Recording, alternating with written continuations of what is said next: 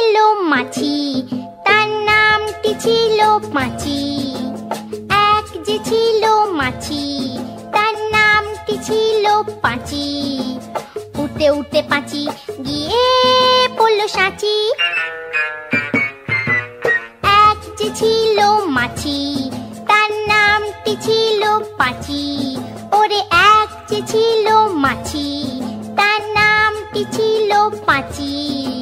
উঠতে উঠতে পাঁচি গিয়ে পড়ল সাঁচি।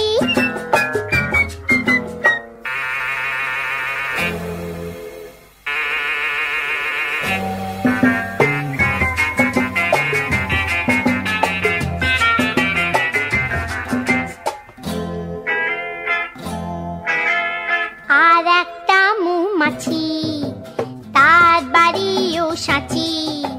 আর একটা মৌমাছি, তার বাড়িও সাঁচি। পাঁচিকে দেখে বলল পাঁচি, আয় দুজনে নাচি। পাঁচিকে দেখে বলল পাঁচি, আয় দুজনে নাচি।